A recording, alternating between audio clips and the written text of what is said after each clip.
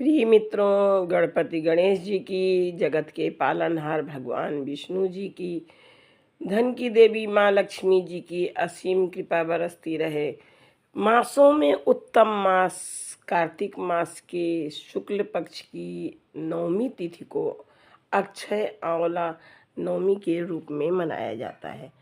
अक्षय नवमी, जिसे आंवला नवमी भी कहा जाता है, हिंदू धर्म में एक विशेष महत्व रखती है।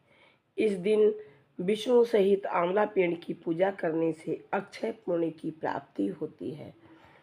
आंवले को एक पवित्र फल माना जाता है, लेकिन ये अक्षय नवमी हिंदू धर्म का महत्वपूर्ण त्यौहार है और आमतौर पर वैशाख मास के शुक्ल पक्ष की नवमी तिथि को मनाया जाता है। यह त्यौहार अक्षय यानी अविनाशी का प्रतीक है और इस दिन किए गए दान और पूजा का विशेष महत्व है। दिवाली के बाद आंवला नवमी पर भगवान विष्णु जी की पूजा का विधान है। इस दिन किए गए दान, पुण्य, पूजा, शुभ कार्य अक्षय पुण्य प्रदान करते हैं, जिसका अर्थ है उसका फल कभी समाप्त नहीं होता है। इस दिन को धन की देवी लक्ष्मी जी से जोड़ा जाता है। इस दिन की गई पूजा से धन और समृद्धि में वृद्धि होती है। यह पर्व देवउठनी एकादशी से 2 दिन पूर्व मनाया जाता है। कार्तिक मास के शुक्ल पक्ष की नवमी तिथि को आंवला नवमी के नाम से भी जाना जाता है। आंवले की उत्पत्ति के विषय में एक कथा प्रचलित है। जब पूरी पृथ्वी जलमग्न थी और इस पर जीवन नहीं था, तब ब्रह्मा जी कमल पुष्प पर बैठकर परब्रह्म परमात्मा का चिंतन कर रहे थे और उस समय उनकी आँखों से श्रद्धा के पुष्प, भक्ति के पुष्प अश्रु गिरे और जो वो अश्रु गिरे वो पृथ्वी पर जो है आंवले के वृक्ष के रूप में उत्पन्न हुए, जिससे इस चमत्कारी जो अश्रु गिरे थे वो इस चमत्कारी पौधे के रूप में उत्पन्न हो गए और ये चमत्कारी पौधा भगवान विष्णु को और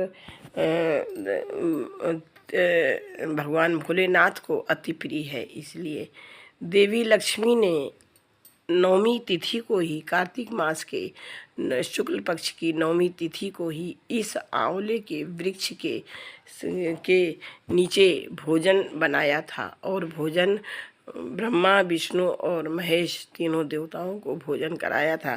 तभी से यह प्रचलन में हुआ, तभी से इस तरह यह आंवला वृक्ष के नीचे भोजन बनाने की प्रथा चली आ रही है।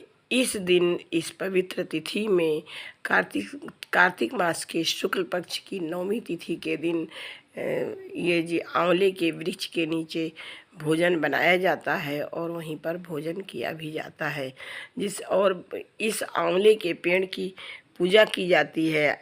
इस साल की इस प्रकार से पूजा करने से अक्षय फल की प्राप्ति होती है। धन की देवी लक्ष्मी जी प्रसन्न होती हैं और भगवान, जगत के पालनहार भगवान विष्णु भी प्रसन्न होते हैं। गणपति गणेश जी प्रसन्न होते हैं।